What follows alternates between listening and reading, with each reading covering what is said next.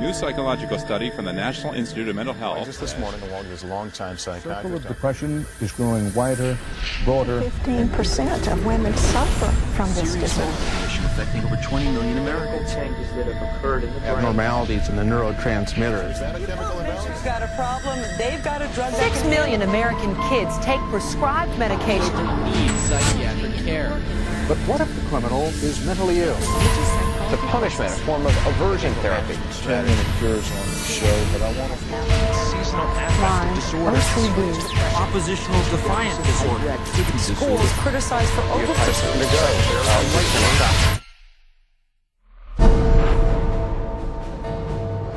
Waar je ook kijkt, het is overal. Denk jij dat psychiatrie niets met jou te maken heeft? Denk nog maar eens. Het hele gebied van de psychiatrie zit in elk facet van jouw leven. They basically believe that everyone is mentally ill. You smoke too much, it's a disease. You're too unhappy, it's a disease. You're too thin, it's a disease. You're too fat, it's a disease. Where are these coming from? These are coming from the minds of psychiatrists that are dreaming these things up, writing papers and getting published with their names on it, creating these new diseases. First he said that I had ADD. Then he said that I was depressed. Then he said I might be bipolar, but I don't have ADD anymore. And he said, you know, I've been noticing you, and I wonder if you have it too. What they decided is that both my husband and my son had a chemical imbalance that needed to be corrected with a chemical balancer. There is not one shred of credible evidence that any respectable scientist would consider valid, demonstrating that anything that psychiatrists call mental illness are brain diseases or biochemical imbalances. It's all fraud. There's no reliability of diagnosis, and there is no science. It's just pseudoscience. It's pretend science. This is one of the most open secrets in all of America in the psychiatric field, that nothing is being done that's legitimate, and they're billing for it. Psychiaters claimen dat meer dan 1 miljard mensen van de wereldbevolking geestesziek zijn. In de laatste 30 jaar hebben zij aan 543 miljoen mensen psychiatrische medicatie voorgeschreven. En op dit moment drogeren ze 17 miljoen schoolkinderen met stimulerende middelen en antidepressiva. Toen ze onlangs werden gevraagd naar de wetenschappelijke onderbouwing van hun beroep, boden de psychiaters die bereid waren te spreken niets anders dan rechtvaardigingen. Psychiatric illness is not really illness. How do you evaluate if someone is cured or sick? Cure is certainly something we look forward to. We had no earthly idea how to accomplish. We're not good at causes. We don't know what causes mental illness. Dat heeft ze er niet van weerhouden zichzelf uit te roepen tot experts in geestelijke gezondheid en mensen tegen hun wil te behandelen. En de resultaten? This psychiatrist, man who's supposed to work to heal people, has done nothing but destroy this man's life, and in destroying his life, destroying the lives of all of his loved ones. Excuse me. They've damaged and ruined my son, and they've trapped him in a system. The way that they treated him and made him feel like he was worthless. Ryan was being kept dumb and high on Ritalin so that they could make $2,500 per month. He gave me Valium, and I got addicted to it. It wiped out my life. My life has been ruined. My joy has been stolen. She was laying there. She took two gasps of air and died right there in front of me. It is really tragic. It's awful. And it's being done for money. That's why it's being done. Oh, it's got to be in the billions. I don't know the exact number, but it's got to be in the billions. It's just unbelievable. This is so big that it boggles the mind. Neem het menselijk drama dat je zojuist hebt gezien en vermenigvuldig het miljoenen malen. In de afgelopen 40 jaar zijn er in psychiatrische ziekenhuizen bijna 2 maal zoveel Amerikanen omgekomen als er gesneuveld zijn in alle Amerikaanse oorlogen sinds 1776. Verzekeringsmaatschappijen betalen elk jaar $69 miljard voor psychiatrische diensten. Hierdoor verdubbelen de verzekeringspremies. Terwijl ze $2 biljoen per jaar binnenhalen, kunnen psychiaters niet 1 genezing bewerkstelligen. Moeilijk te geloven? Daar rekenen ze juist op. En zoals we u zullen laten zien, komen ze er vanaf het begin al op deze manier mee weg.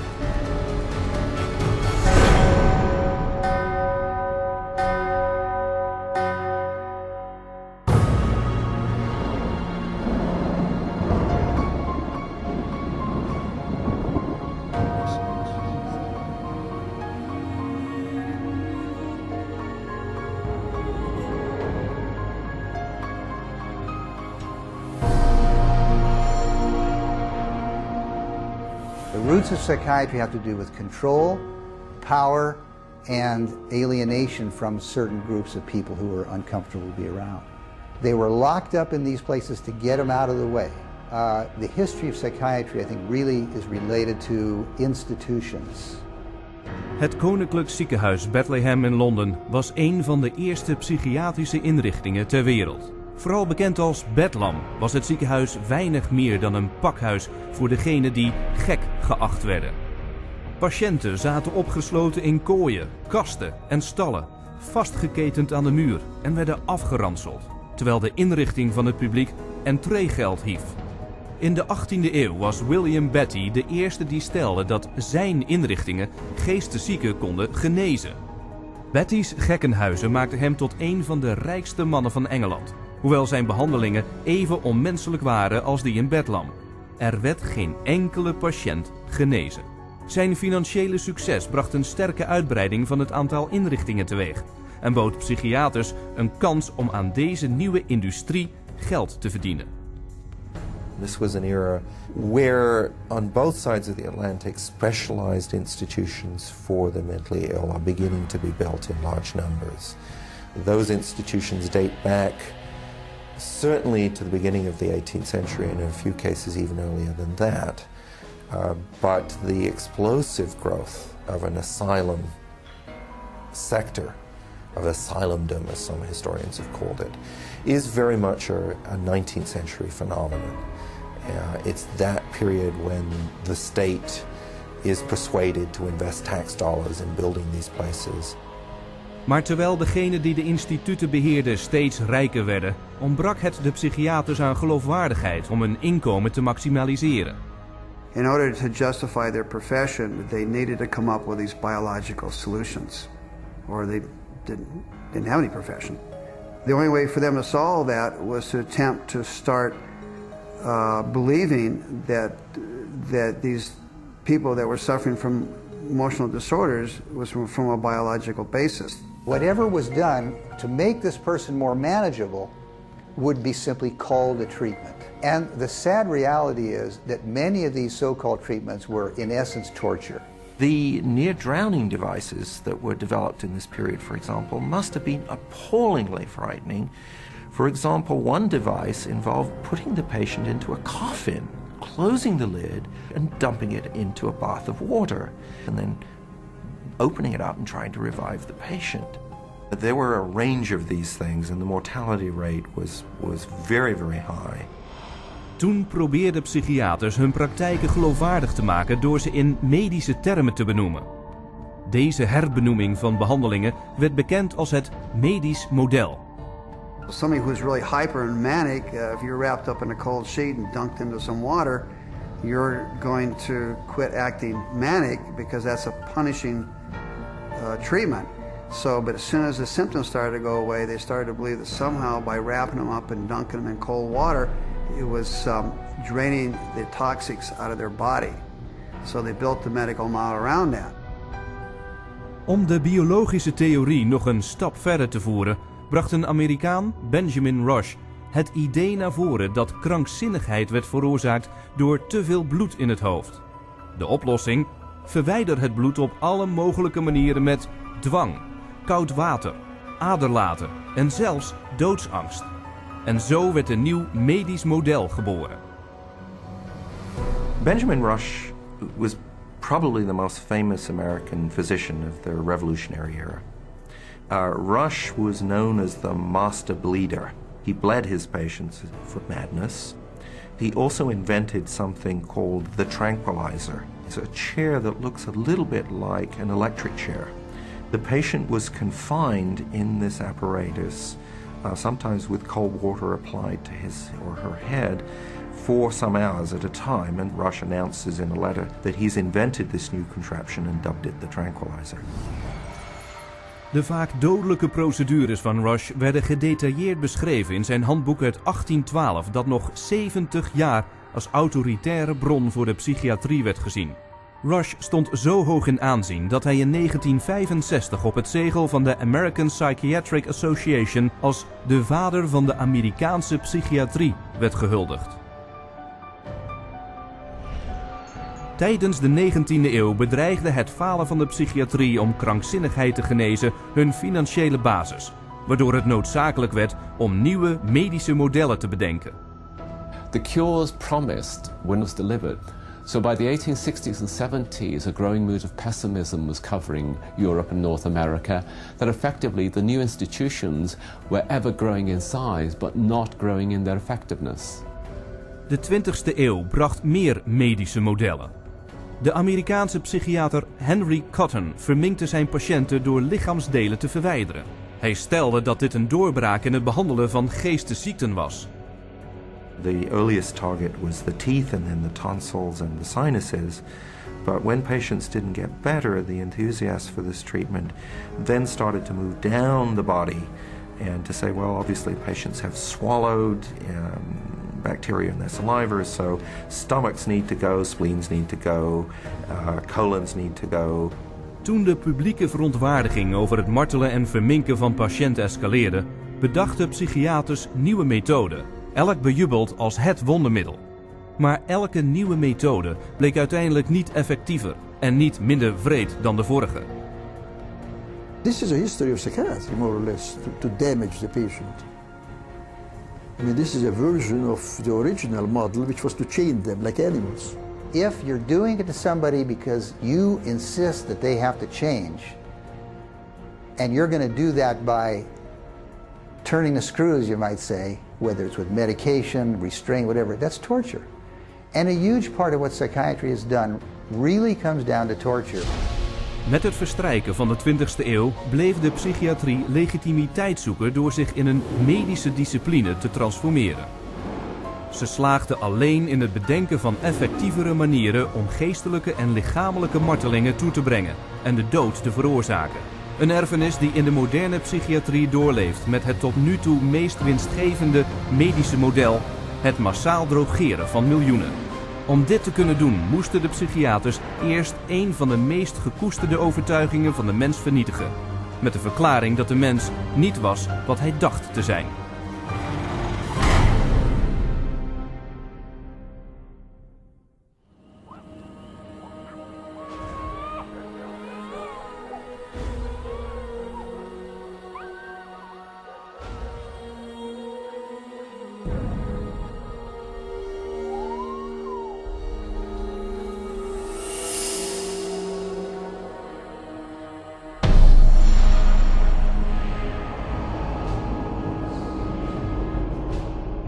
Universiteit van Leipzig, Duitsland, 1879.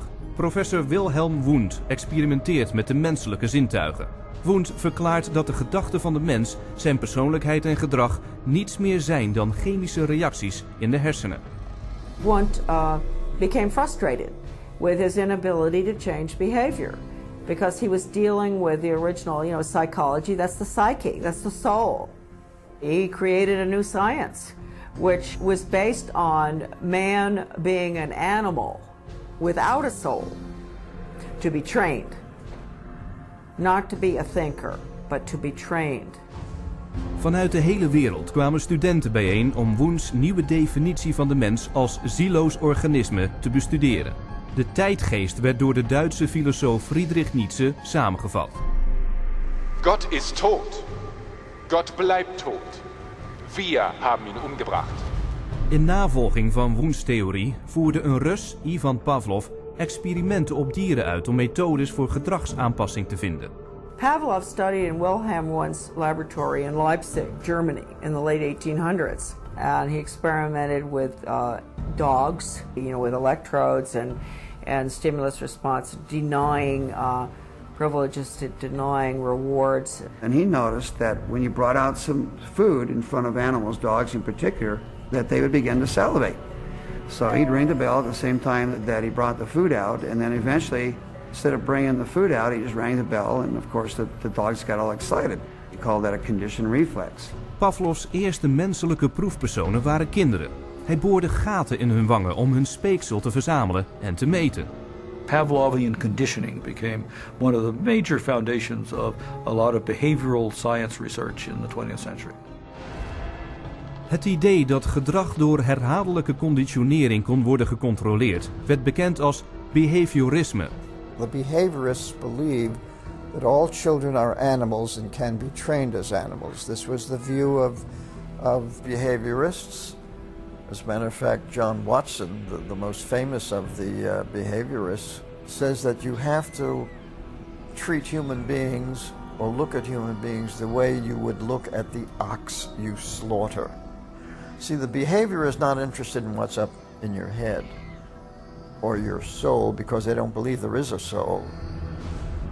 De opvolger van Watson, Harvard-psycholoog B.F. Skinner, geloofde dat elk gedrag gemanipuleerd kon worden om aan de wensen van de gedragspsycholoog te voldoen. Skinner developed what's called operant conditioning, where he was able to demonstrate you can change animal behavior by certain schedules of reinforcement, by giving them rewards at certain times, and then you can teach pigeons to play ping pong, for example, and you can teach rats to run mazes, and you can teach human beings to seek certain economic or societal rewards. Skinner could actually shape new behavior patterns, and this actually was the sort of thing he quite soon became very famous for. Zijn bekendste experiment was waarschijnlijk Skinner's box. He was designing the Skinner box, which is something like a big playpen, but everything in it's controlled. The temperature's controlled, the light's controlled, and so on. And the idea is then you present children with certain stimuli that you want them to learn to react to. Skinner isoleerde zijn dochter bijna een jaar lang in een box, vergelijkbaar met de boxen die hij voor ratten bouwde. The child was stimulated and had to respond in a certain way, like a chicken or a rat in a cage, because they firmly believe that children are animals. If you believe, though, that a child is a human being, you can't train him like a rat. Op dit moment wordt door het Amerikaanse National Institute of Mental Health jaarlijks ongeveer $40 miljoen aan belastinggeld voor psychologisch gedragsonderzoek uitgegeven. Sinds 1948 een totaal van $19 miljard. Met deze fondsen passen psychiaters dezelfde conditioneringstechnieken toe, zoals ontwikkeld door Pavlov, Watson en Skinner. Bijvoorbeeld een jeugdgevangenis waar kinderen op 270 volt batterijen worden aangesloten en in een procedure die aversietherapie wordt genoemd, schokken krijgen. Antoine was having a number of problems because he was up at a center that was shocking him every time he did anything. There was a button on a little, almost like a TV remote, that would be used and pushed. They will get an additional shock for trying to remove the electrode. So they're expected to sit there and let this electricity pass through their skin without trying to remove it. If they yell in anticipation of the shock, they will shock the student an additional time for yell. The cost to send a student to Judge Rottenberg from New York is about $214,000 per student. These students are tortured. They're given this electric shock therapy for no other reason but to inflict pain. Andere technieken betreffen het toepassen van elektrische schokken om seksuele afwijkingen te behandelen. Het zenden van krachtige magnetische impulsen door de schedel om hersenactiviteit te onderbreken en het sturen van hoge voltages door chirurgisch geïmplanteerde elektrodes om moeilijk gedrag te onderdrukken kosten tot $100.000 per patiënt. En terwijl deze wetenschap zonder ziel tot gedragsmodificerende technieken leiden die nog steeds miljarden voortbrengen voor onderzoek en behandelingen, werd ook de basis gelegd voor een andere psychiatrische beweging die de dood van miljoenen zou veroorzaken.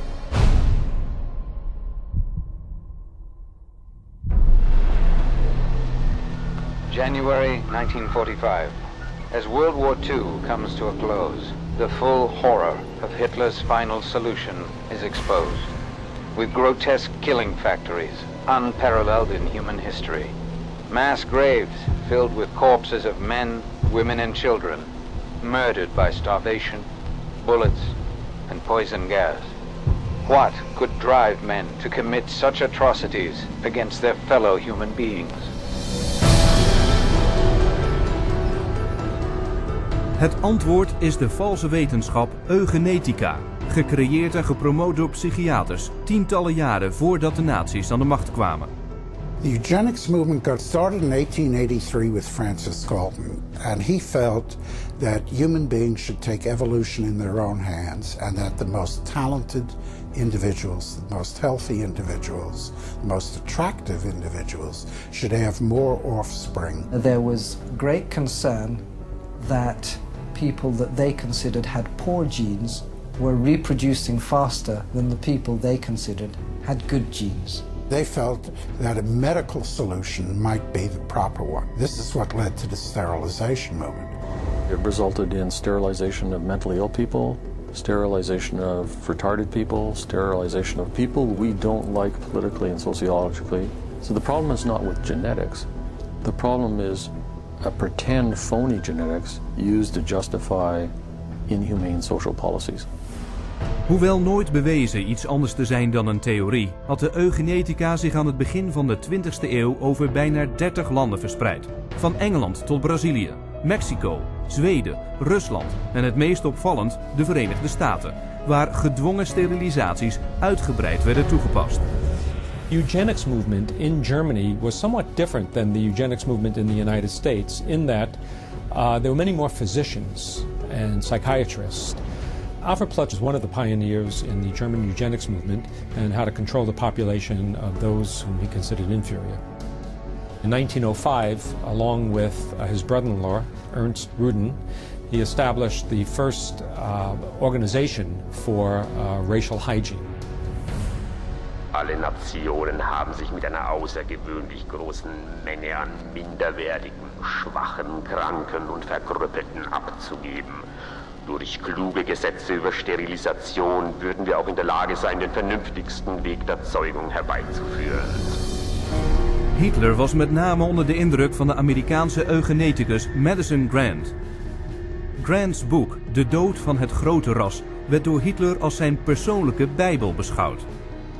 In zijn boek Mein Kampf bejubelde Hitler eugenetica als de wetenschap die het Duitse Rijk zou herbouwen. Körperlich oder geistig gesund ist, dem ist es nicht erlaubt, seine Krankheit an seine Kinder weiterzugeben. Das Recht auf persönliche Freiheit wird durch seine Pflicht, die Rasse zu beschützen, eingeschränkt.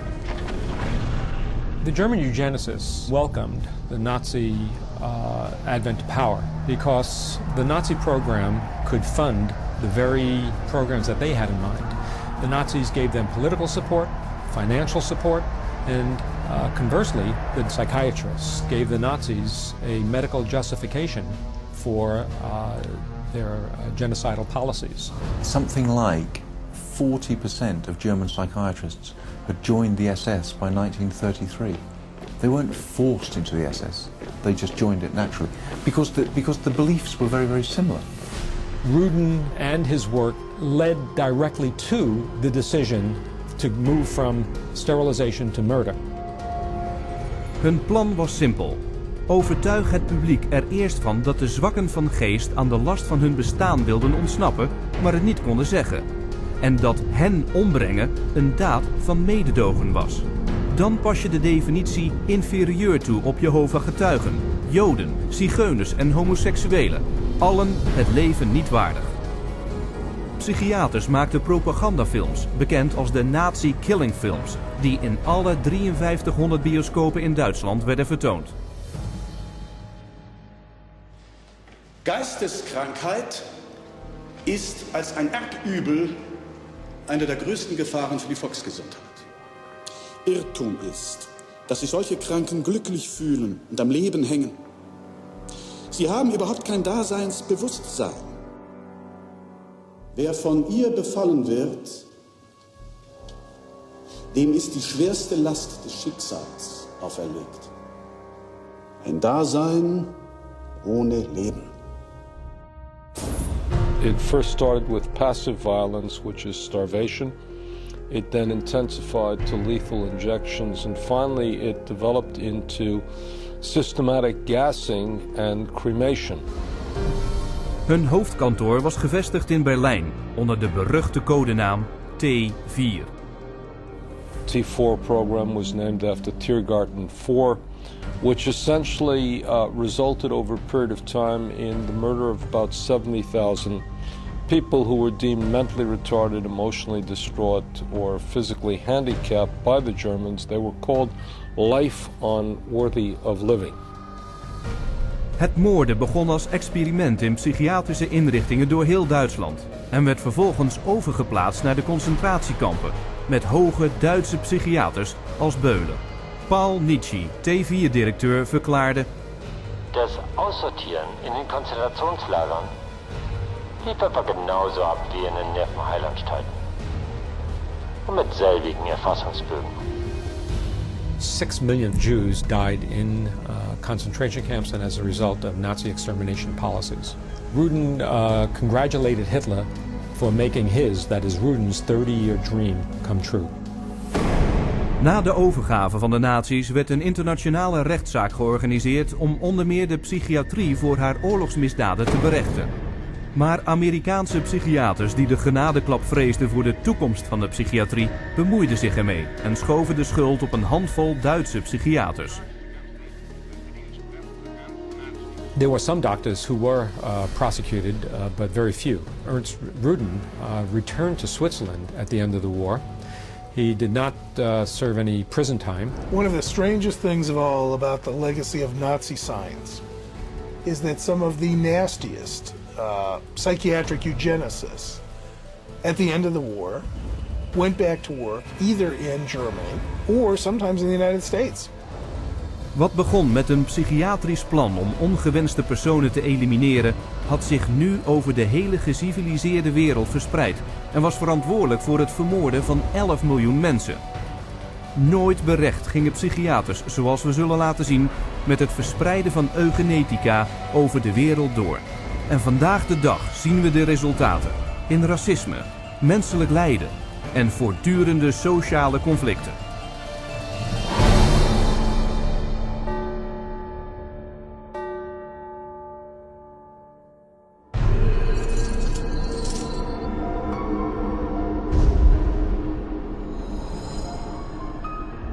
After World War II, a new eugenics was resurrected out of the bones and ashes of the old eugenics. The eugenics movement has been at the forefront to establish a new scientific racism that justifies oppression and exploitation and racism. In feite is racisme niet te scheiden van de oorsprong van de psychiatrie. The entire history of psychiatry, beginning with scientific conclusions that were made in the 1830s, was an effort to prove the intellectual inferiority of African Americans. Benjamin Rush is the father of modern psychiatry. And he is the one that gave us the term nigritude. He said that all blacks have inherited this disease. And this particular disease, it caused them to be inferior. In addition to that, it was the reason why it was very important that blacks remain segregated and separate from whites so that whites did not inherit this disease. Door te beweren dat negritude een vorm van lepra was, rechtvaardigde Rush afscheiding als een medische noodzakelijkheid. En dat werd een argument om de slavernij voor te zetten. The fact that you have brutalized a whole group of people had nothing to do with that. It had everything to do with some genetic link and that basically you were just a diseased person, so when a slave master wanted to get rid of a recalcitrant slave, they could just say, oh, well, they're suffering from this disease. Drapetomania, that is the name of the mental disorder that was contrived by Samuel Cartwright, who said that blacks have a mental disorder if they had a desire to run away from slavery. Running away became such a common problem that psychiatrists attempted to give that a disease. He says, but that's a cure for that. And the question was, well, what's the cure for that? Frequent whippings, frequent whippings. You'd be surprised how that disease clears up when the lash is put in place of their excuses. Nadat de slavernij was afgeschaft, bleef het psychiatrische racisme niet alleen bestaan, het werd heviger. Het American Journal of Psychiatry verklaarde officieel dat negers als afstammelingen van wilden en kannibalen slecht waren uitgerust voor een hogere beschaving, terwijl hun eugenetische valse wetenschap haar racistische activiteiten verhoogde. There is a clear and long and intimate connection between the eugenics movement and the Ku Klux Klan. Harry Laughlin, who was the Carnegie Institution's director of the Eugenics Record Office, had a close relationship to the Ku Klux Klan through the publication of a book called White America, which was written by a major Klan leader. So Laughlin wrote a glowing review of the book in the Eugenics News. And at the same time, you have the Ku Klux Klan using eugenics to justify their racist goals. Maar het psychiatrisch racisme was niet exclusief Amerikaans. Sommige van de ergste misstanden van de 20e eeuw vonden plaats in Zuid-Afrika, waar de regering dezelfde racistische theorieën en praktijken adopteerde die door Hitler waren gebruikt. Dat was geen toeval. De eerste minister had rond 1920 als psychologiestudent de eugenetica bestudeerd in het door nazi's beïnvloede Duitsland. Dr. Hendrik Verwoerd is regarded as the architect of apartheid. He saw South Africa as a divided state with whites, blacks and brown people living in totally separate areas, with black people having no rights whatsoever. Met de apartheid geïnstalleerd vestigden psychiaters door het hele land inrichtingen, die in feite niets meer dan werkkampen voor slaven waren. These places operated under a private company by the name of Smith, Mitchell and Company. They were saving money through the cheap accommodation for psychiatric patients, while making massive fortune out of money that Parliament had appropriated for medication. So it was a corrupt system. Toen deze operatie uiteindelijk werd onthuld, werd ontdekt dat er 67.000 gevangenen waren overleden, terwijl de psychiaters tegelijkertijd van de Zuid-Afrikaanse regering $117 miljoen aan subsidie hadden geïncasseerd. De Wereldgezondheidsorganisatie publiceerde een rapport dat stelde dat de psychiatrie racisme cultiveerde en dat apartheid een parallel had met het bezit en verhandelen van slaven. In 1971 zette psychiater Louis Jolly West in de Verenigde Staten het racistische erfgoed van de psychiatrie voort. Hij broedde een aversietherapie-experiment uit, dat het geweldscentrum werd genoemd. Zijn door de overheid betaalde plan het implanteren van elektroden in de hersenen van Afro-Amerikaanse en Latino-mannen om ze te shocken zodra ze gewelddadig gedrag vertoonden. En als dat niet werkte, ze chemisch te castreren met drugs. Toen het voorstel van West op publieke verontwaardiging stuitte, verdween het plan snel in de kast. Hoewel de voortdurende racistische theorieën van de psychiatrie afgezwakt werden, werden ze nooit gestopt. Psycholoog Richard Herrnstein was in 1994 medeschrijver van The Bell Curve. Dat claimde te bewijzen dat zwarten genetisch gehandicapt waren en daarom inferieur ten opzichte van blanken. The Bell Curve really argues a very old eugenics idea. It argues that people are born with different kinds of intellectual abilities, that these are inborn pretty much at birth. It goes back to the notion that somehow black people are genetically and biologically inferior to white people as a way to justify what was really its programs of social racism and social sexism. And you see that kind of thinking going on in public school testing and IQ testing and educational testing and tracking. And this new tool fit into that old mold. It was a new tool that could prove the intellectual inferiority of African Americans. The psychiatric profession has done great damage, certainly in the past, and far too many in the present too, to subvert democracy and perpetuate racial stereotypes even more. Deep racism in society. We have to battle against this continual misinformation, disinformation, pseudoscience. It can be repackaged in whatever form or format it is. But if it is based solely upon the color of one's skin and then is the merit of that human being, I just reject it. En zo blijft de vlam van de haat branden. Aangewakkerd door valse wetenschappelijke leugens. Dit is het erfgoed van de psychiatrie. Een rechtvaardiging voor racisme en een voorwendsel voor politieke onderdrukking.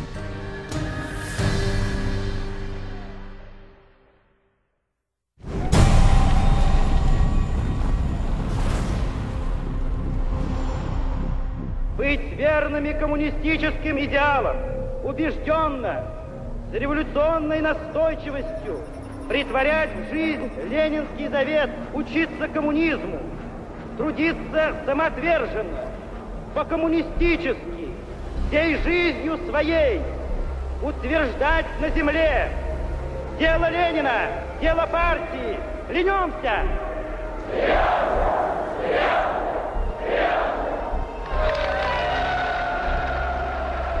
Het Sovjetregime eiste absolute trouw. Zij die de partijlijn niet volgden, werden als dissidenten beschouwd en als vijanden van de staat gelabeld. Een fluistering naar de geheime politie was voldoende om ze in een van de speciale psychiatrische ziekenhuizen te laten verdwijnen. Ondanks de risico's brachten deze zogenaamde dissidenten hun ideeën over vrijheid in praktijk. Я вел жизнь тайную, конспиративную. Никто не знал, что я это делаю. У меня была маленькая подпольная типография. И я стал делать листовки. Terwijl anderen zichzelf als trouwe Sovjetburgers beschouwden. Я, например, считал, уверенно считал, что я один из лучших советских людей. Когда уже даже меня арестовали и написали особо опасный государственный призыв, я рассмеялся. Я при нем, при этом же самом нынешнем генерале, рассмеялся. А он меня вызывает психиатра на утро. Volgens Sovjet-psychiaters hadden ze allemaal last van inflexibiliteit in hun overtuigingen. Een symptoom van de nieuwe stoornis slome schizofrenie. Вот когда допьешься, тогда я заем. Так до конца пей. Перепей, я буду с ним. Ребята, не заставьте его. Давай пей, брат.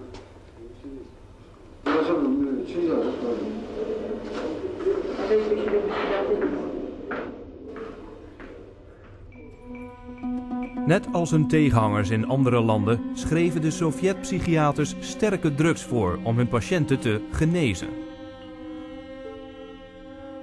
Они никогда их с удовольствием не принимали. И находят пути их не принимать. Мы же обязаны просмотреть прием лекарственных продуктов, чтобы больные лекарства дошли до больного. Вот они где-то уже, как говорится, в горле проглатывают, все, ротовая полость чистая. И потом вот такие делают какие-то движения, отрыгивают. Врач на обходе говорит, как себя чувствуете, Петр Петрович? Я говорю, послушайте, вот, а там, когда 5 кубиков галоперидола, туда, например, слюна до полу, там перекошенность вся, значит, одни мышцы растягиваются, другие сокращаются, совершенно ужасные позы, лицо все ужасное, на душе страшно просто. Я человека, вот самое главное, описать это состояние невозможно. Санитары совершенно безнаказанно могли избивать. По любому поводу. Или вообще без повода.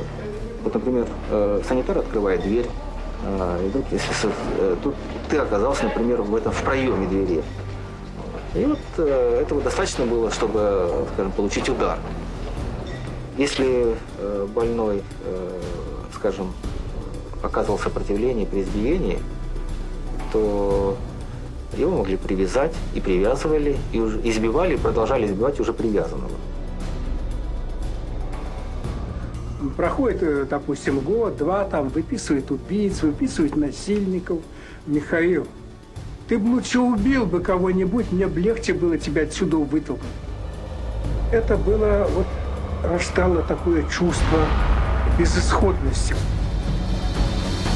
Tussen 1967 en 1987 arresteerde de Sovjetregering meer dan 2 miljoen mensen die om politieke redenen als geestesziek werden gediagnosticeerd en gedwongen werden om psychiatrische behandelingen te ondergaan.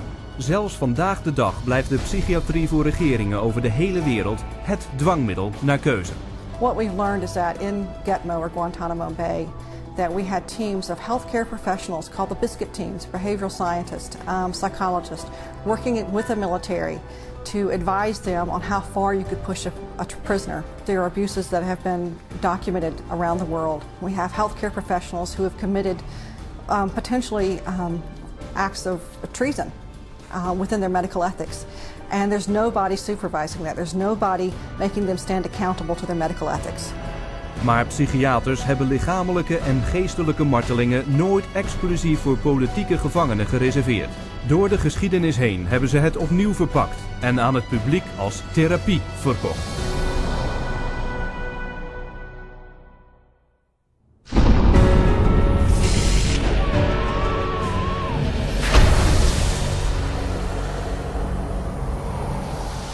Vanaf 1920 omarmden psychiaters een aantal nieuwe procedures waarvan werd beweerd dat ze werkten door het doelbewust creëren van hersenbeschadigingen.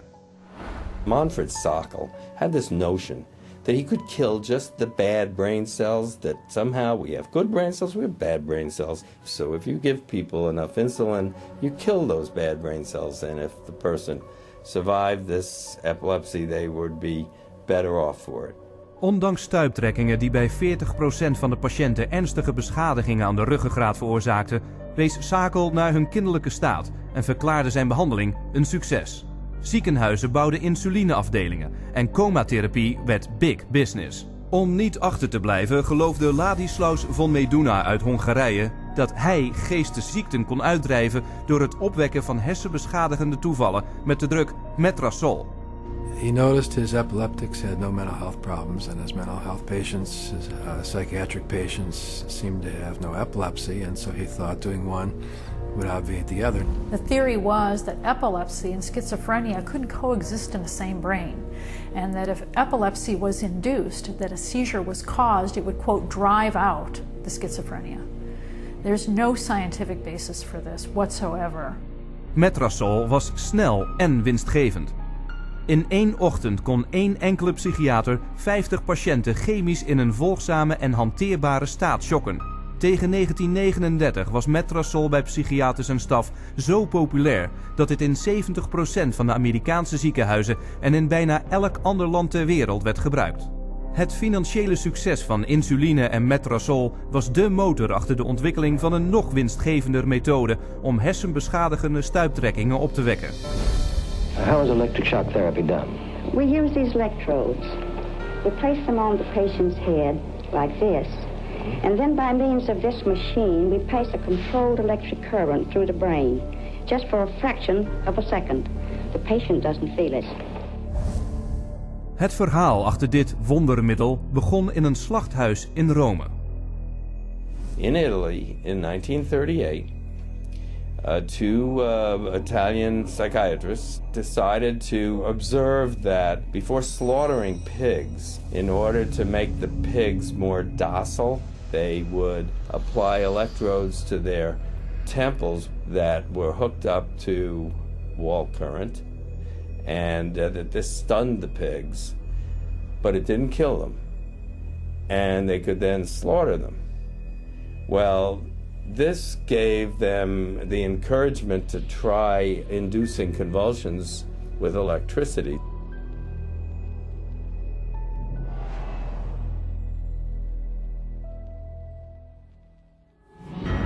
We would see teeth falling out, broken spines, bones knocked out of joint, broken bones, and people even getting internal organ damage from being restrained while they were having these uncontrolled writhing seizures, convulsions. Many patients have been returned to their homes and jobs who might still be here if it were not for this helpful form of treatment. Nadat ze hersenbeschadigingen met succes als genezing hadden verkocht, zochten psychiaters naar nog preciezere methoden met de hersenen als doelwit. Dit was in 1848 van start gegaan, toen een explosie een stalen staaf recht door het hoofd van spoorwegwerker Phineas Gage dreef. Hoewel Gage overleefde, was zijn persoonlijkheid dramatisch veranderd. De Portugese neuroloog Egas Moniz trachtte 70 jaar later dezelfde resultaten te verkrijgen door in de schedel van een patiënt te boren en pure alcohol rechtstreeks in de hersenen te spuiten, waarbij het hersenweefsel van de frontale lobben afstierf. Moniz noemde deze nieuwe procedure een lobotomie. Dr. Walter J. Freeman zou de meest beruchte uitvoerder van de lobotomie worden. Hij ontdekte dat het sneller kon, zonder de noodzaak om door de schedel heen te moeten boren. There was no anesthesia. And he would just lift up the eye and stick nothing more than an ice pick right into the brain, right under the orbital bone.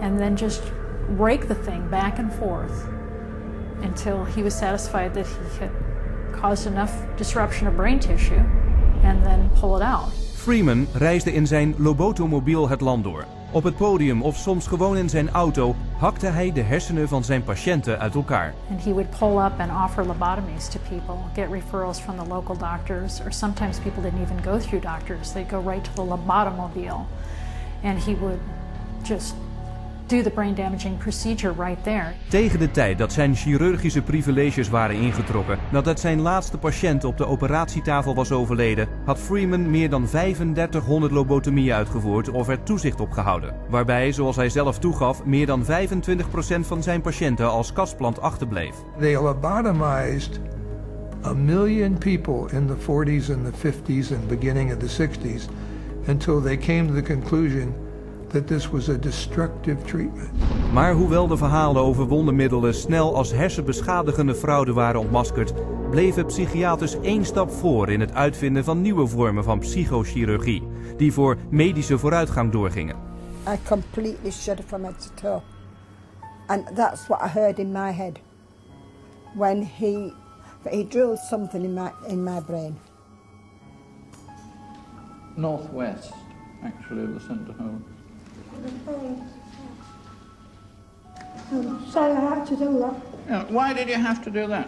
I went, oh, funny, and Did my you? head all shook inside. Oh dear. Oh, my head shook inside. Yes, all right. Everything shook, the eyes, everything, the teeth. Oh, that's one one. That was grievous bodily harm done to my brain. And nobody has the right anyway to play God with somebody's brain. The whole operation took about 8.5 hours, and they kept me awake for every second of it, and I remember every second of it. And I still remember it to this day because I have this operation every day of my life. Whether I like it or not, I have it. Psychiaters proberen de voordelen van de lobotomie nog steeds aan de man te brengen. Een behandeling die ze jaarlijks $31 miljoen oplevert. Maar in de nadagen van de bezoedelde reputatie van de lobotomie waren de psychiaters er snel bij om de elektroshock opnieuw voor het voetlicht te brengen.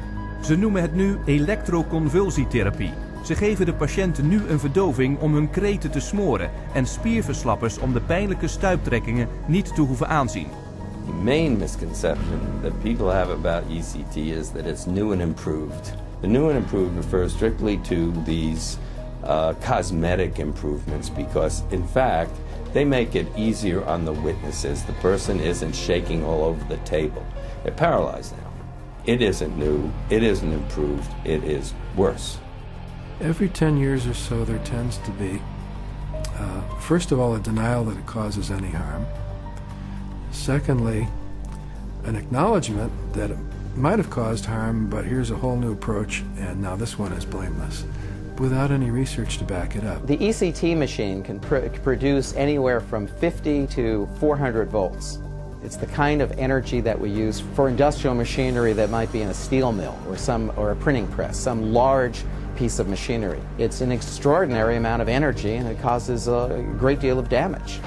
Terwijl de verhalen van gevangenen die met elektrische schokken mishandeld worden breed worden gepubliceerd, is de hoeveelheid elektriciteit die psychiaters voor ECT gebruiken tot 33 keer hoger. En deze schade wordt meestal aan de meest kwetsbaren toegebracht. 2/3 van degenen die elektroshocks krijgen zijn vrouwen met diagnoses als premenstrueel syndroom, menopauzestoornis of postnatale depressie. De helft van de elektroshockpatiënten zijn ouderen.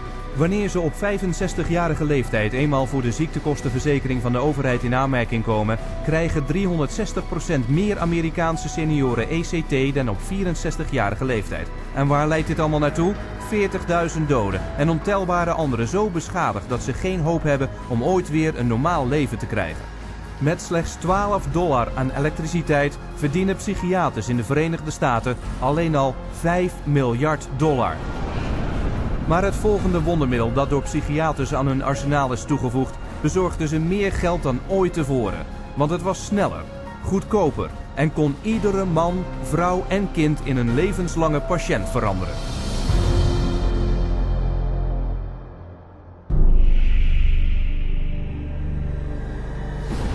In het begin van de 50er jaren van de vorige eeuw ontdekten psychiaters hun volgende wondermiddel. Hun nieuwe uitvinding, een chemische stof oorspronkelijk ontwikkeld om in varkens parasieten te doden, belemmerde de hersenwerking op dezelfde manier als het duwen van een ijspriem in de oogkas. Het was een oude behandeling in een nieuwe vermomming.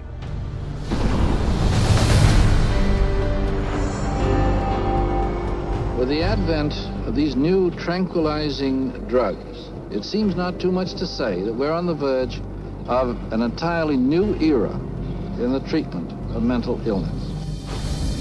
De Canadese psychiater Heinz Lehmann noemde het een chemische lobotomie en beschreef thorazine als een simpel in te nemen pil met dezelfde effecten als psychochirurgie, maar dan zonder de rommel.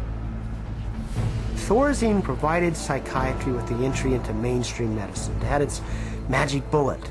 If I'm a psychiatrist and I have to spend an hour talking to someone in psychotherapy, there's only so much I can charge for that hour. But if I can come in, give you a pill, and send you back out in 15 minutes or 10 minutes, that's a much more efficient use of my time monetarily. Wat de psychiaters het publiek niet vertelden was dat thorazine een kreupelmakende neurologische conditie kan veroorzaken die tardieve dyskinesie wordt genoemd. And that's a neurological syndrome where you have muscle twitches, abnormal jerks, which are uncontrolled, and they either last for a long time or sometimes they're permanent. So that's very clear, very well recognized long-term or permanent brain damage from these medications. Mr. Blount has virtually no signs of his original illness now. The signs that the movements of his mouth are completely side effects of the drugs that he was on for 20 years. Mr. Blount is quite rational. He understands what's going on. And if you're patient, he can carry on a very rational conversation with you. Even when you remove the drug, it may still remain.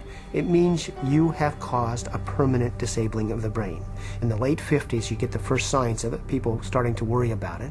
But it's not until the late 70s that psychiatrists start warning their patients about it. 20 years.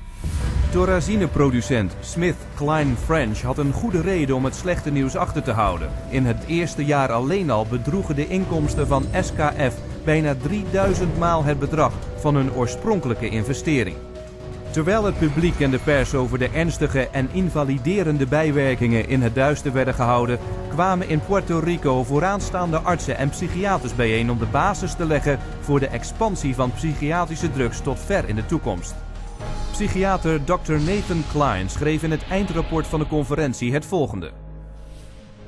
The present breadth of drug use may be almost trivial when we compare it to the possible number of chemical substances that will be available for the control of selective aspects of man's life in the year 2000. Dr. Klein leidde een beweging die met nieuwe psychiatrische wonderdrugs de wereldmarkt overspoelde, gesteund door een enorme publiciteitsmachine die honderden miljoenen dollars spendeerde. De psychiatrie was nu een industrie van drugpushers. Tegen 1970 was de American Psychiatric Association zo afhankelijk van het geld van de drugsproducenten dat 30% van haar jaarlijkse budget van de farmaceutische advertenties van haar officiële tijdschriften afkomstig was. So we had money flowing to trade organizations, we had money flowing to the doctors, and to their journals. Well, we all know that that is going to influence how they think. The majority of National Institute of Mental Health and National Institute of Health scientists are getting more money from drug companies on the side than their tax-based salary. En met zoveel geld in het vooruitzicht hadden de psychiaters alleen nog maar een wetenschappelijke theorie nodig om het te rechtvaardigen. Hun oplossing? Een officieel rapport waarin verklaard werd dat geestelijke problemen afkomstig waren van een zogenaamde chemische onbalans in de hersenen, die ter correctie drugs vereiste. This chemical imbalance is one of the greatest fallacies ever foisted upon patients and the public. There is no chemical test to show an imbalance related to any psychiatric disease, whether it's depression, anxiety, what have you. The chemical imbalance is for the benefit of the psychiatrist. It has to be there so that psychiatrists can treat it. Maar de bedriegelijke chemische onbalanstheorieën kunnen het groeiende bewijs van de algemene en beangstigende bijwerkingen zoals akathisia niet verbergen. Akathisia is like an extreme inner nervous agitation. People describe it as wanting to crawl out of their own skins. And this happens with great frequency, and it is absolutely, totally well understood to be associated with suicide and violence and homicide.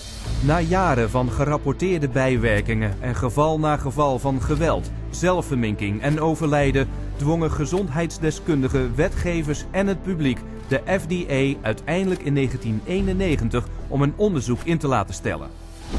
I know with absolute certainty that if Charles had any idea of the side effects of Prozac, he would never have taken it. I had two sons, David Lee, age 8, Billy 16.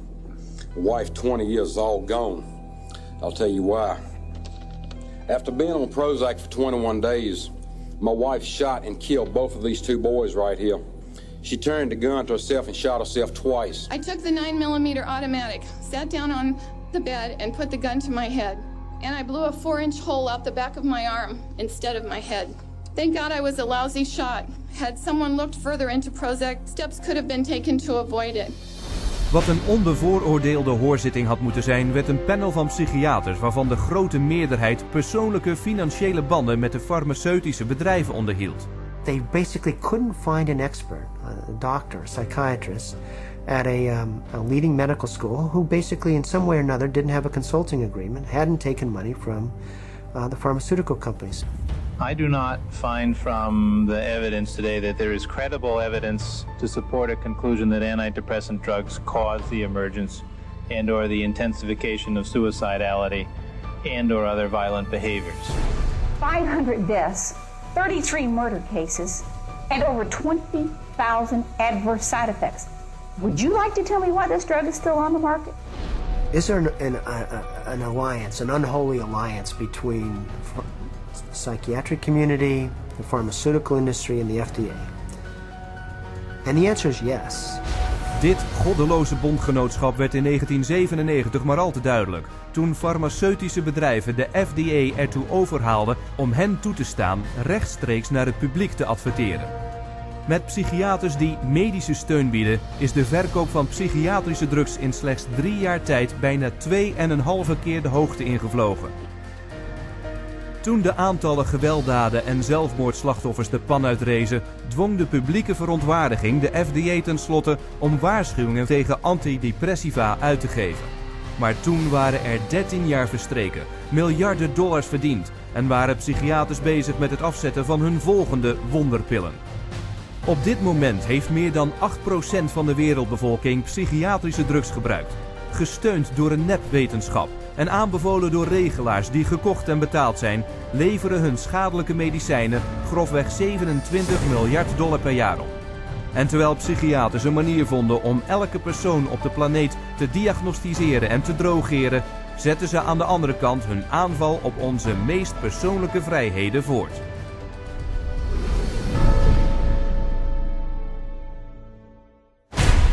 Psychiaters eisen het absolute recht om vast te stellen wat het beste is voor de zogenaamde geesteszieken. Want tenslotte zijn de geesteszieken gek en niet in staat om hun eigen behandeling te beoordelen.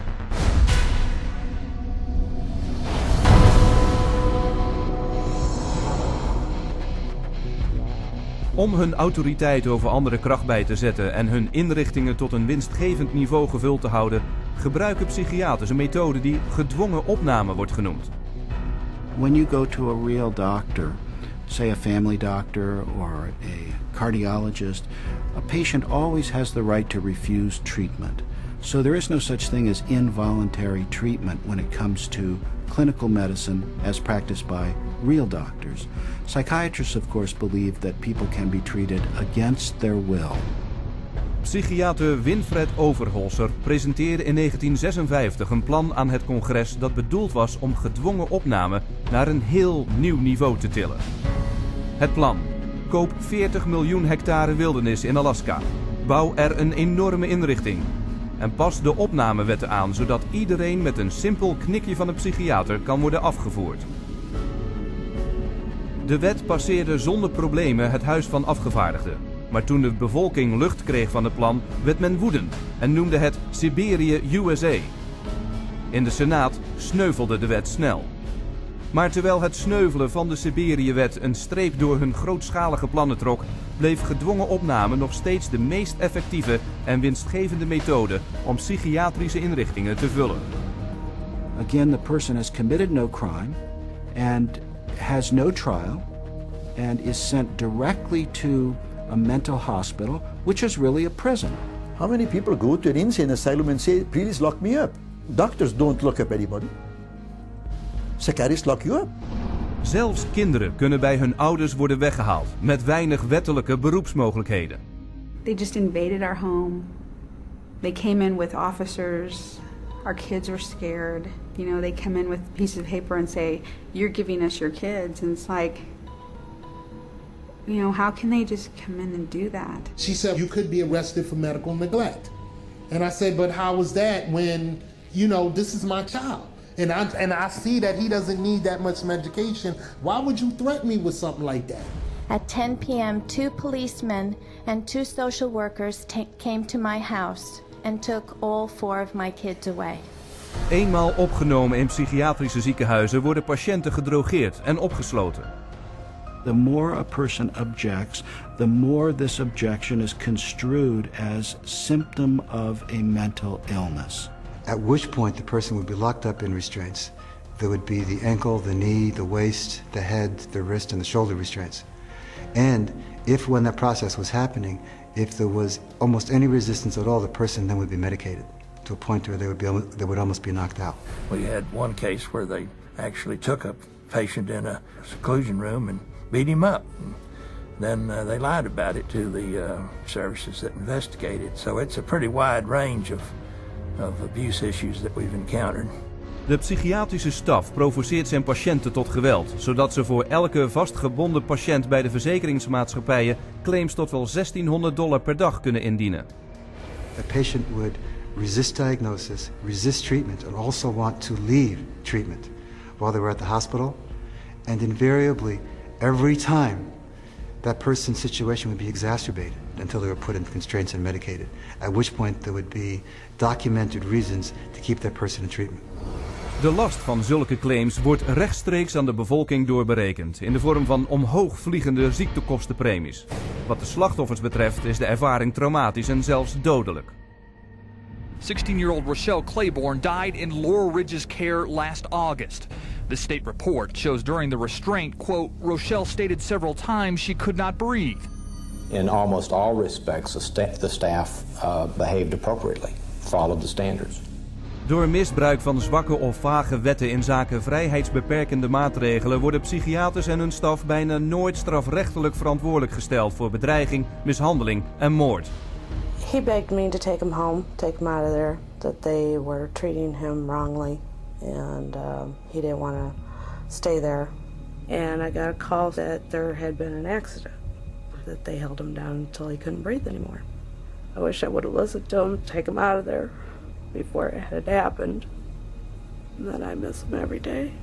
And I wish I could have him back, but I can't. Tot op de dag van vandaag is er niemand voor de moord op dit kind aangeklaagd.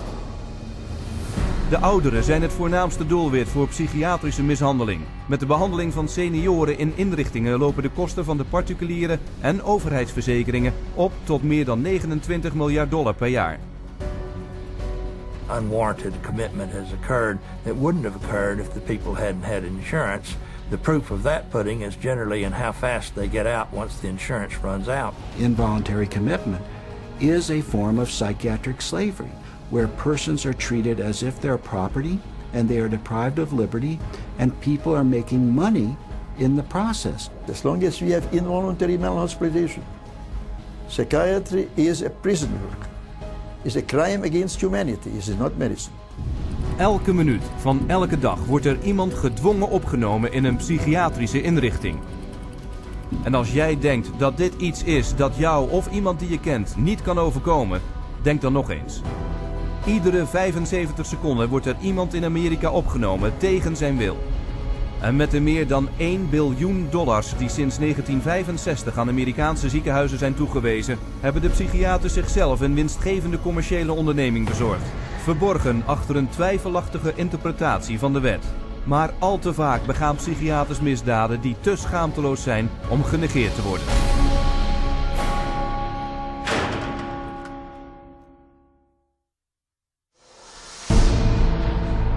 The FBI has raided the headquarters of one of the nation's largest operators of psychiatric hospitals. Hundreds complained of overbilling, misdiagnosed conditions, and insurance fraud. Investigators say they found more than 5,000 similar cases in all 50 states. Psychiatrists clearly are getting rich. Psychiatrists traded drugs for sex, filed false insurance claims, and exploited patients sexually. We have uncovered some of the most elaborate, aggressive, creative, deceptive, immoral, and illegal schemes being used to fill empty hospital beds with insured and paying patients.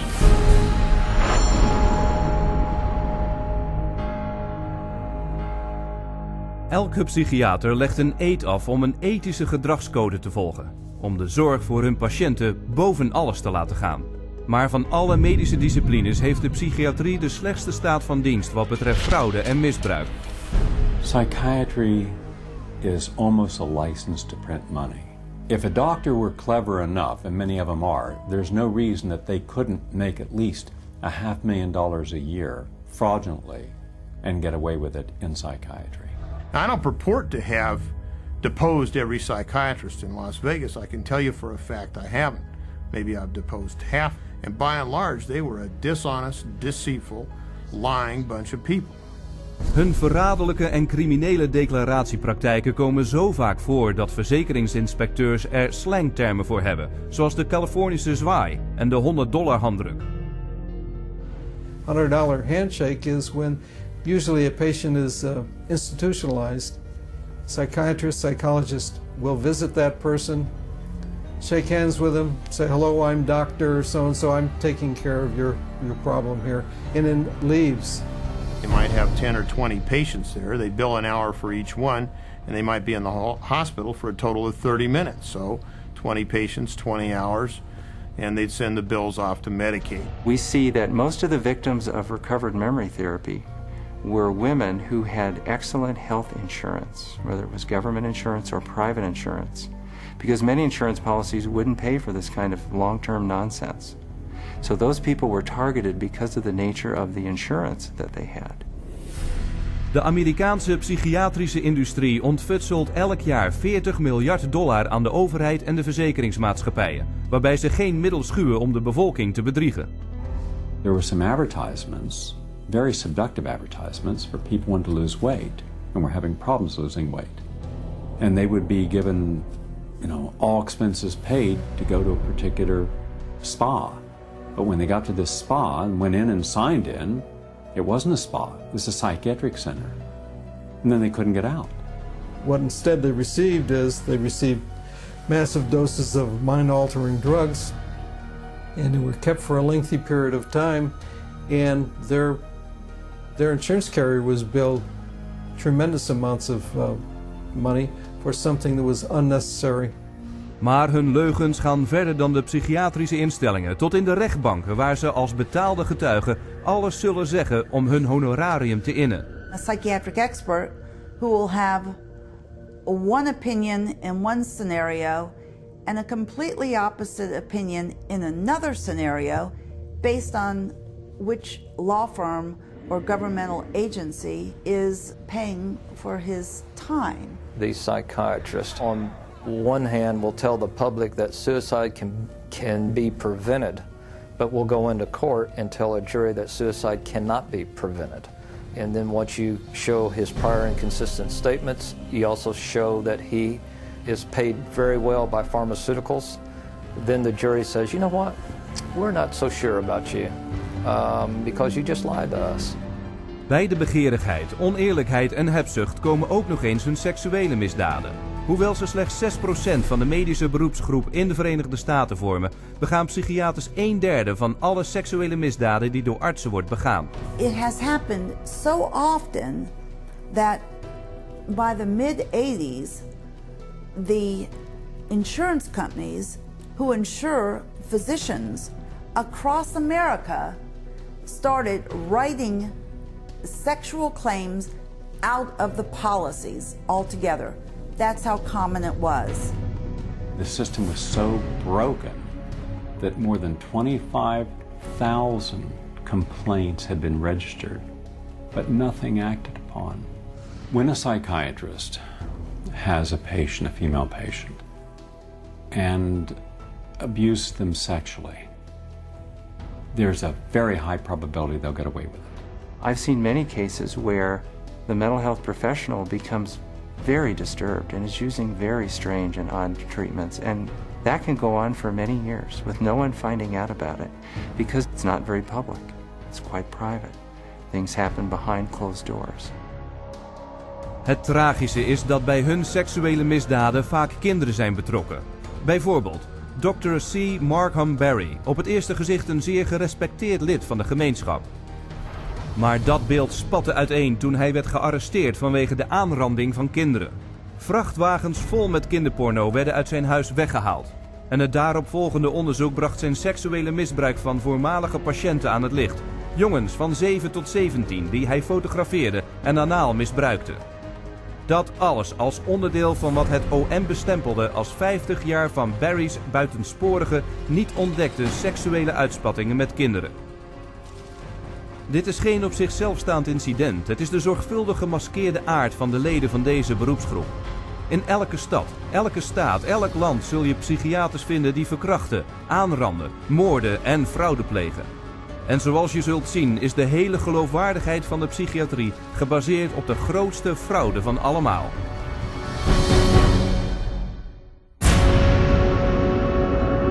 I was diagnosed with a chemical imbalance, manic depression. They diagnosed me with having ADD. He told me I had conduct disorder, ADHD, mild depression, Major depression. manic depressive, Borderline personality disorder. social anxiety, depression, and schizophrenia, depression, Sleep disorder. Identity problem disorder. There's no such thing as mental disorder. A mental disorder is whatever someone says it is, and if the person saying this is a mental disorder has enough power and influence, then people believe, oh, that's a mental disorder. Maar je kunt geen macht of invloed hebben zonder geld of geloofwaardigheid. En dus creëert de psychiatrie haar eigen geloofwaardigheid. It's based on a grab bag of checklists for disorders that are published in a book called the DSM, which is the Diagnostic and Statistical Manual. There are no statistics in this book, by the way. That just makes it sound more scientific. They create this cluster of disease, and they get together and they vote.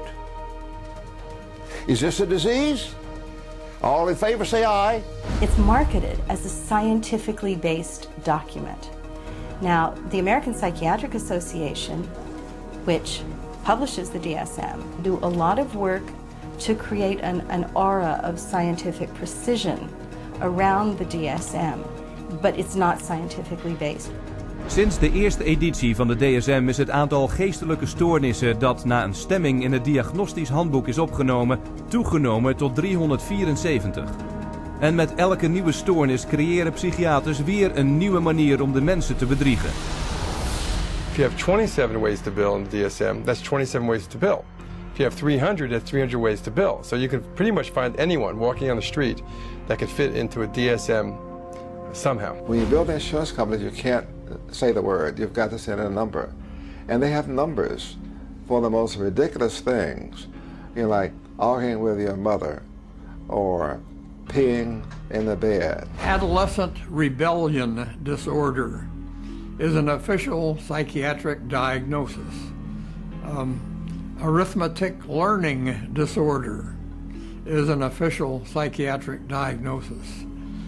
General anxiety disorder is a recent diagnosis. For each one, there is a 5-digit code with a decimal point. Now, the implication of that is if I have illness 403.16, that's different in some important and scientifically proven way from someone who has 403.17. And nothing could be further from the truth. Hoewel ze de DSM aan de wereld als wetenschappelijk feit presenteren, is het verbazingwekkend hoe gemakkelijk psychiaters hun totale gebrek aan wetenschap toegeven. We have no diagnostic reliable markers for almost any illness there is in the DSM. What we're testing for in psychiatry, it's hard to say because there's nothing specifically. But as far as a test that's clinically useful, basically we're not there yet. We don't have any laboratory tests that we can use to determine whether somebody does or doesn't have a mental illness. There are no good biological tests for detecting mental illness. There is no test, there's no biopsy you can do. There is no chemical test right now. There are no specific tests to confirm the diagnosis or show the improvement, like any blood tests or any x-rays or anything like that. Oh, in my practice I don't do any tests. I just speak with people and listen to them, and then I make a decision in what kind of illness. Deze diagnoses zijn net zo verschillend als de psychiaters die ze maken.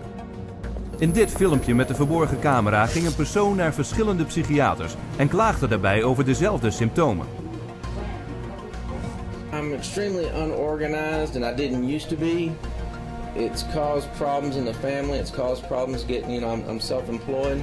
So you've got ADD, ADHD, and you're depressed, and your depression is bipolar depressed. If you have a brain chemistry disorder, it's probably genetic. You have a lot of the symptoms of depression. So it seems like it is a mixed picture. What that means is like we got some depressive symptoms and some, high symptoms. If you're bipolar, I'll need to give you a mood stabilizer. We don't know how to fix. Considered low-grade bipolar. You are more of the ADD than ADHD. And as far as medications for depression, because I would recommend that you start a medication, which are Prozac, Zoloft, Paxil, Celexa. Usually Propylene XR is pretty good. They'll give you some Lexapro in the morning and some Trazodone at night. Lamictal is a better medication for that. It works on your depression also. But the treatment for any bipolar cycling is the same. Lithium. Remeron is another one. Trazodone. Segretol. Depakote. Wellbutrin. Lexapro. Lamictal. Equitroid. Depakote. Lithium. Ambien. You may need an antidepressant also with your Lamictal. We don't know if I give you a medication if it is going to work or not. To a certain degree, it's trial and error. You never know if it's the right drug. How many people have I cured? Well, there are no real cures right now in psychiatry. I have cured none of my patients. We're always challenged by our lack of knowledge. In fact, we don't know what the causes of mental illness are. Most mental illnesses, we do not know the cause. Of course, it would be nice to know exact reasons of disorders, but maybe in the future. I'm the Director of Research at the American Psychiatric Association. We don't know the etiology of really any of the mental disorders at the present time.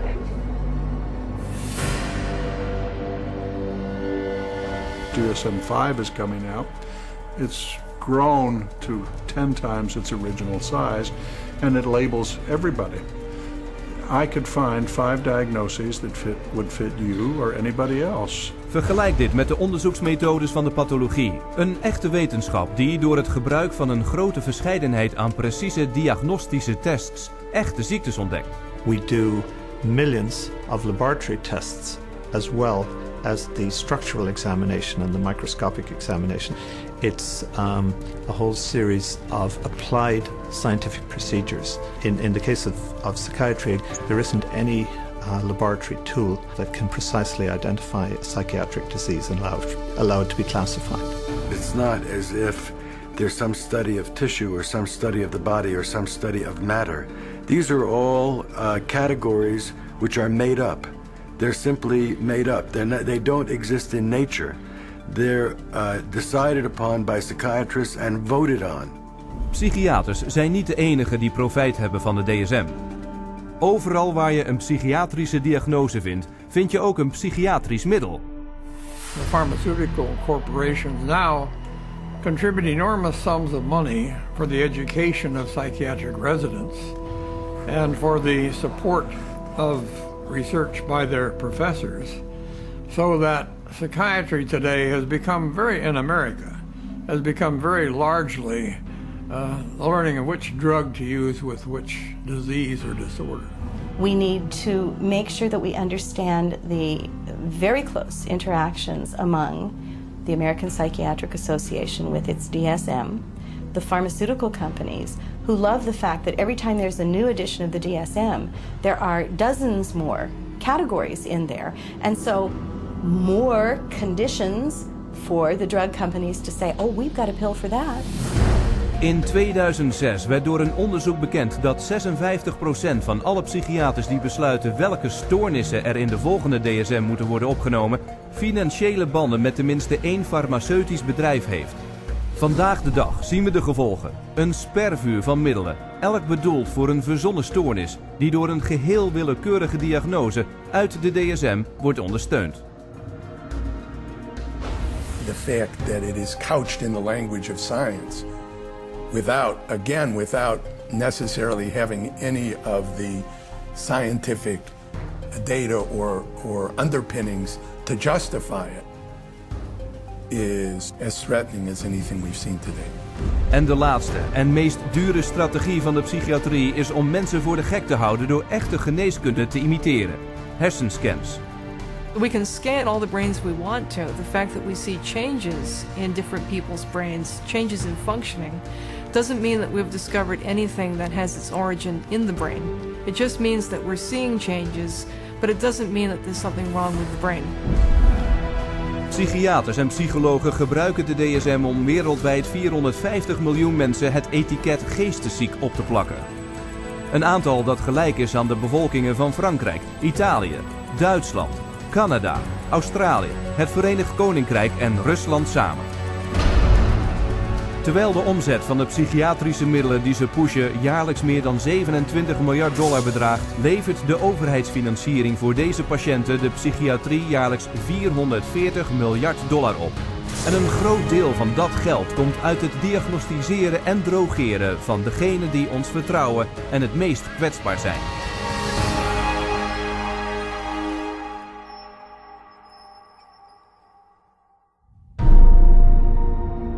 We have swallowed all manner of poisonous certainties fed us by our parents and school teachers. If the race is to be freed from its crippling burden of good and evil, it must be psychiatrists who take the original responsibility.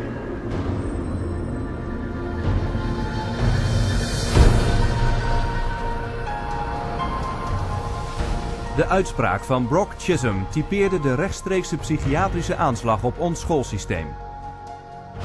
They actually said the purpose was social control. Not to pass on knowledge. Not to give him something so that he can go into the world of work. In 1950 kwamen psychiaters en psychologen van over de gehele wereld in het Witte Huis bijeen om een algehele heroriëntatie van het openbare onderwijs te presenteren. The White House Conference on Mental Health in the 1950s was a landmark that served to bolster the idea that schools would serve their communities better as mental health clinics than they would as institutions of learning. In the early 60s, the world of psychiatry started to really go places in this country. Little by little, it came into our schools, our educational system. En omstreeks 1965 werd ze in wetten vastgelegd. Psychiaters kregen het groene licht om schoolkinderen op grote schaal een etiket op te plakken en aan de pillen te zetten. A child is labeled ADD or ADHD the minute he can't sit still for a 10-15 minute period of time, or he talks constantly, or ignores the teacher completely. That will get him and earn him an ADD or ADHD label. Het opplakken van het etiket Attention Deficit Hyperactivity Disorder, ADHD, kwam in 1987 volledig op gang. Binnen een jaar werd bij 500.000 Amerikaanse kinderen de diagnose ADHD gesteld. In 1994 was dat aantal omhoog gevlogen naar 4,4 miljoen. In reactie op de wijdverbreide ongerustheid van de bevolking over deze ogenschijnlijke epidemie van geestelijke stoornissen, riepen de door de Amerikaanse overheid gesubsidieerde National Institutes of Health een panel van vooraanstaande artsen en psychiaters bijeen om ouders en onderwijzers uit te leggen wat ADHD nu precies was. I would like any member of the panel to describe a typical ADHD in terms of symptomatology. Mark, would you like to? Since you see them in your practice. I think the panel has been frank, and the difficulties here are immense in terms of these. It is hard. It's very hard to know how to answer this question. They cannot, even when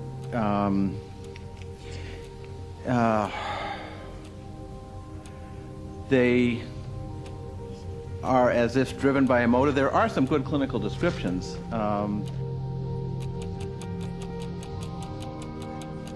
And I think, I think part of the problem is the profession keeps changing the diagnosis. At this time, we do not have a diagnostic test for ADHD. Therefore, the validity of the disorder continues to be a problem.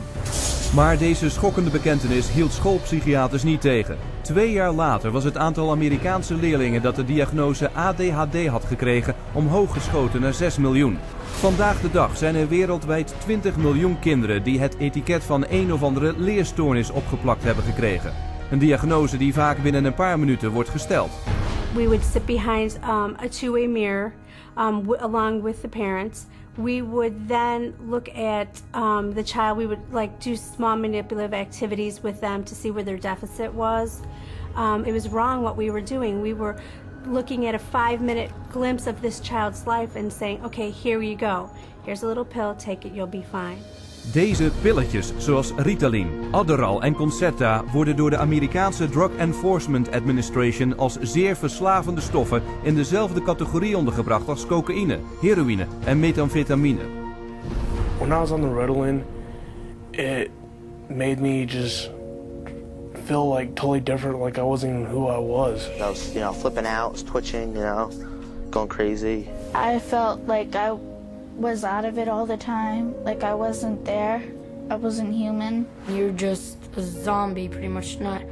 You do what you can just to get by and just don't do anything extra. My mother never teased me, but she thought I really had ADHD and I was wrong, and I had something wrong with me. So I thought she'd feel bad and feel sorry for me if I died, but then again, I thought that she would miss me a lot, and I also love her a little more than I wanted to kill myself. And so I stopped when I realized that. De overvloed aan medicijnen op recept heeft voor kinderen een nieuwe bron van inkomsten gecreëerd. Het verkopen van hun medicatie aan hun schoolvriendjes. It's called kitty cocaine. They take the Ritalin and they just repackage it and they sell it on campus to the kids. Because it's like speed. I figured if I was gonna do drugs, I might as well make it worth it. And I ended up doing street drugs, and then I ended up getting into it really bad. We're looking at marijuana and other things as being gateway drugs, and actually the so-called medications are a greater gateway drug. The Ritalin drugs are backfiring big time because if the child is already disruptive and he takes cocaine, he's going to be a lot more disruptive after he's taken it. It is not going to calm him down. Boom, she got on the drugs and her personality changed, her behaviors changed, they became erratic and dark and violent, and it was just a nightmare. He kept having adverse reactions, becoming very, very angry. He could not control his behavior, he couldn't control his temper. He was on 5 different psych meds, Prozac and lithium, and he was 7 years old. And he was unable to function. He would have rages and then crying and all kinds of just violent rages, grabbing knives and all of this. The list includes 15-year-old Kip Kinkle, withdrawing from Prozac when he shot 22 classmates, killing 2 after murdering his mother and stepfather at his home in Springfield, Oregon. 18-year-old Jason Hoffman on Effexor and Celexa when he opened fire at his California high school, wounding 5. 15-year-old Sean Cooper on a mix of antidepressants when he shot students in Idaho. And 17-year-old Eric Harris on Luvox when he and partner Dylan Klebold killed 12 classmates and a teacher in the bloodiest school massacre yet, Columbine. Dit alles werpt een schaduw over de werkelijke reden waarom kinderen in de eerste plaats naar school gaan. Om een opleiding te volgen. Sinds 1970 zijn de Verenigde Staten op de wereldlijst van schoolprestaties van de 9e naar de 28e plaats gedaald. En in diezelfde periode is het aantal Amerikaanse schoolkinderen dat het etiket leerstoornis opgeplakt heeft gekregen explosief gestegen. En is de omzet aan ADHD-medicatie 32 keer zo hoog geworden. Children don't ask for psychiatric drugs. Children don't ask to be diagnosed. They don't want to be called crazy. So you ask the classic Roman question, legal question, cui bono, who benefits? The people who make the diagnosis.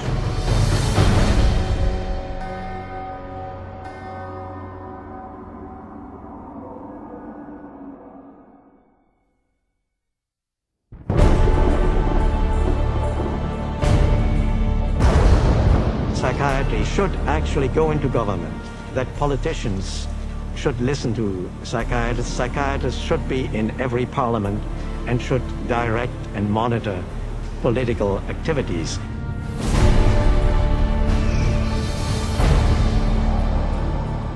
In iets meer dan een eeuw tijd heeft de psychiatrie op wereldwijde schaal de samenleving geïnfiltreerd. En dat is geen toeval.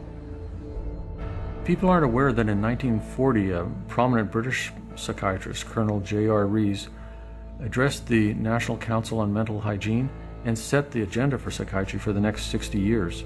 Since then, psychiatrists have been given authority in nearly every sector of our society, with tragic results. We must aim to make it permeate every educational activity in our national life. Public life, politics and industry, should all of them be within our sphere of influence. We have made a useful attack upon a number of professions. The 2 easiest of them, naturally, are the teaching profession and the church. The most difficult are law and medicine. Psychiater G. Brock Chisholm, collega van Rees, medeoprichter van de World Federation for Mental Health, breidde het psychiatrische plan later uit. To achieve world government, it is necessary to remove from the minds of men their individualism, loyalty to family traditions, national patriotism, and religious dogmas. Om hun allesomvattende plan te verwezenlijken, overtuigden Amerikaanse psychiaters het Amerikaanse congres ervan dat geestesziekten een nationale bedreiging vormden. En dat alleen zij deze met een enorme toename aan financiën konden oplossen. En zo begonnen de massale Amerikaanse overheidsuitgaven voor psychiatrisch onderzoek, die van $1 miljoen per jaar in 1946 zijn toegenomen tot $1,4 miljard vandaag de dag. Een toename van meer dan 139.000%. En terwijl de invloed van de psychiatrie zich over Amerika verspreidde, verspreidde ze zich ook over de wereld. Achter elke wereldcrisis ontdek je de activiteiten van de psychiatrie. Voorbeeld. De Servische psychiater Jovan Raskovic, die de etnische zuivering van Kroaten en moslims eiste vanwege zijn stellige geloof in hun raciale inferioriteit. Het gevolg. Bosnië in de jaren 90, waar Raskovics collega, psychiater Radovan Karadzic en minister-president Slobodan Milosevic concentratiekampen vestigden. Waar opnieuw massale marteling en verkrachting van en moord op onschuldige mensen plaatsvonden. Een militaire psychiater legde uit hoe het gebeurde. C'est très difficile tuer millions de personnes. C'est très difficile, techniquement difficile. Les Allemands étaient bons techniciens et ils pouvaient seulement 6 millions de Juifs exterminer.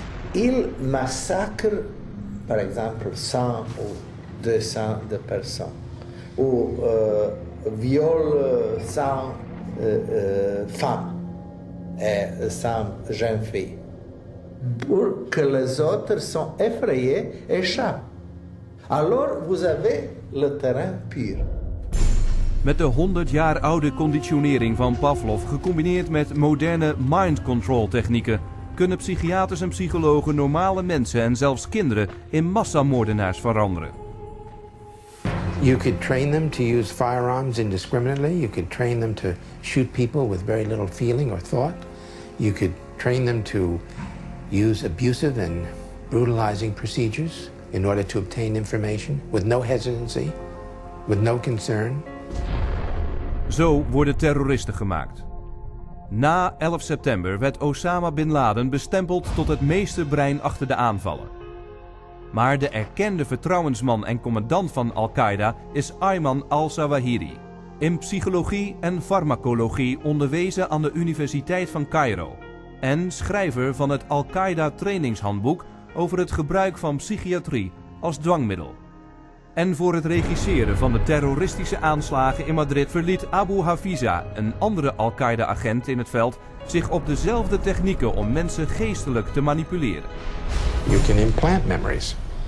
Memories are potent sources of motivated behavior. If you implant enough memories of specific kinds, you can shape and change the nature of human thinking and feelings. And it was thought to be a kind of ultimate weapon because what greater weapon could there be than control of the human mind? You can control minds and you can move people around, particularly when you control their lives. It's easier to control their minds. When we look at psychiatry and psychology, social control is the primary agenda. En dat agendapunt wordt op dit moment over de gehele wereld uitgevoerd. Via campagnes voor het screenen van geestelijke gezondheid onder onschuldig klinkende namen als Teen Screen. The national government is actually encouraging it and wanting to test every single kid in our public school system. All children are put under this kind of a test for psychiatric evaluation. A 10-minute test that tells them absolutely nothing.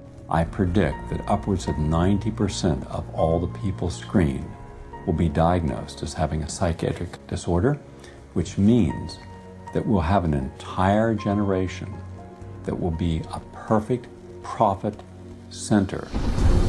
De man achter het Teen Screen programma, psychiater David Shaver, consulent voor het Amerikaanse ministerie van Defensie. They're not just screening children to have complete control of the 52 million children in school. They're screening now, and that bill, they will screen their parents, and they will screen all adults in America. The idea of mass screening for mental illness in the American population, run by a government initiative, is one of the scariest ideas I ever heard of. Psychiatry is politics, has always been politics. It is politics pure and simple, because psychiatry was always the application of force against people who don't want to be forced. It's a sad thing, and parents better wake up. Society better wake up, because we're in serious trouble if they don't. Het allesomvattende plan van de psychiatrie om alle sectoren van de samenleving te infiltreren is realiteit aan het worden. We hebben geen epidemie van geestesziekten, we hebben een psychiatrische epidemie. Er kan en moet iets aan gedaan worden.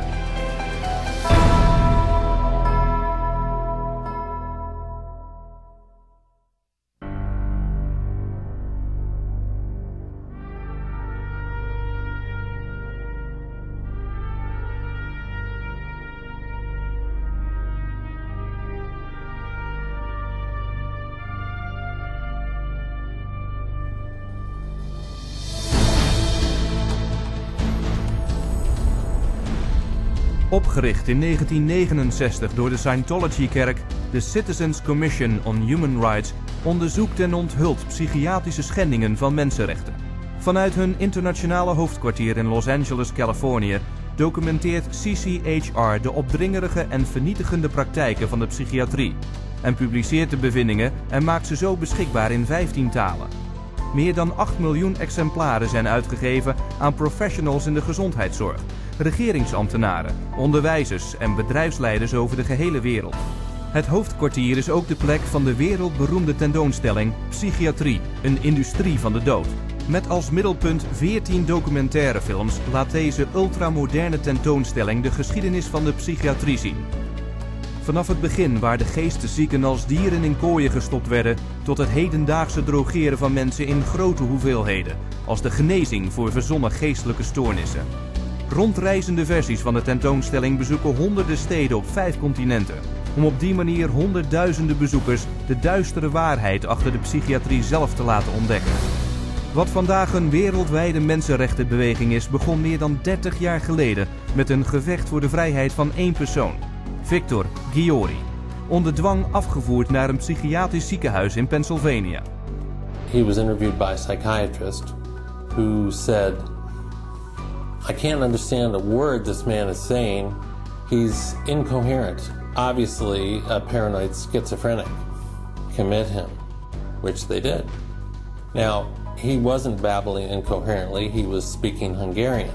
We filed a lawsuit against the hospital. In the middle of the case, the doctor, who was the head of the hospital, stands up and he says, "We want nothing more to do with Victor Ghiori." De vrijlating van Victor Ghiori was de eerste van de duizenden zaken waar CCHR in de hele wereld bij hielp. CCHR challenged involuntary commitment laws throughout the United States and internationally, and what we found was that people were being incarcerated without any legal rights. They had no right to an attorney. They could be drugged, shocked, lobotomized without their consent. Voorbeeld: Australië 1977, waar CCHR een psychiatrisch gebruik met de naam deep sleep behandeling aan de kaak stelde. Patients were being knocked unconscious with a cocktail of barbiturates and other psychiatric drugs, and they were being subjected to electroshock treatment daily, sometimes twice daily, without their knowledge. Deep sleep treatment had led to 48 deaths. Het was CCHR die het onderzocht, naar buiten bracht en meer dan 10 jaar vocht om de deep sleep behandeling uit te bannen. In Zuid-Afrika heeft CCHR psychiatrische werkkampen onthuld waar psychiatrische patiënten werden vastgehouden en gemarteld en vervolgens werden uitgebuit als slavenarbeider. In Italië heeft CCHR samengewerkt met wetgevers en de media en invallen in psychiatrische ziekenhuizen gedaan waar de omstandigheden barbaars waren. En CCHR heeft hun deuren gesloten gekregen. In Japan onthulde CCHR de financiële misdaden van de psychiaters en de ziekenhuizen die de overheid en de belastingbetaler bestolen. De schuldigen werden berecht en de ziekenhuizen gesloten. En in de Verenigde Staten heeft CCHR $1 miljard fraude in de grootste keten van particuliere geestelijke gezondheidsfaciliteiten blootgelegd. 600 federale agenten deden invallen in 20 staten.